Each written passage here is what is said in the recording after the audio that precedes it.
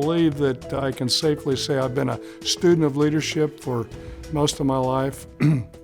Beginning in junior high school, was attracted to leadership positions and had the opportunity for leadership in junior high school, then in high school. Went off to college. We were living in Southern California at the time. Went to University of Southern California. And in 1962, the Vietnam War was beginning to heat up. I felt as a young American, healthy guy that I ought to serve my country, so I volunteered for the Marine Corps. And while I was in college then, I went through Officer Candidate School, 2 6-week summers, and learned a number of leadership principles that, as I've reflected back on those principles, they have guided me through many, many years. And even as one might think, the military is sort of diametrical to the concept of servant leadership. In fact, that's not true.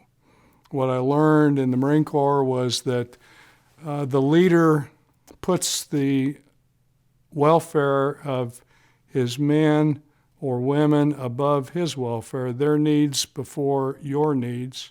You take care of them and then worry about yourself. And that you would never ask them to do anything that you wouldn't be willing to do. So those sort of concepts were really ingrained in me as a young guy. I graduated and found myself in Vietnam not long after that. Went through flight school and all that.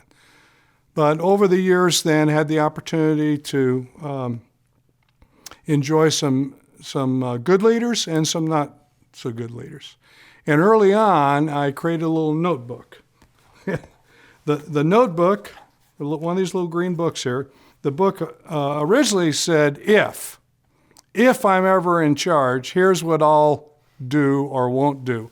And there were a lot of good things that I'd observed, things that leaders did, but there were some other things that I don't want to make these mistakes.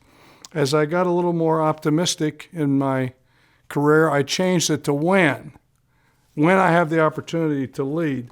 And when I did get an opportunity to command a fighter squadron and then later on to command a Marine Corps Air Station, I was able to reflect on these lessons that I'd learned from good leaders and, again, from some not so good leaders on how to truly motivate people. And it's interesting because as I look at these lessons in here, I mean, they're very relationship-oriented ideas. Like this first one is a personal thank you for a job well done is always appreciated.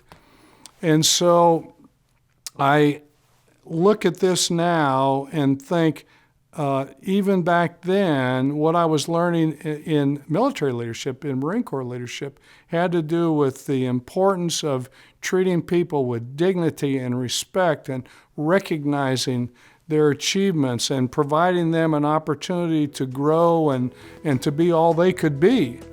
And that my job as the leader is to provide them the tools and the resources to be creative.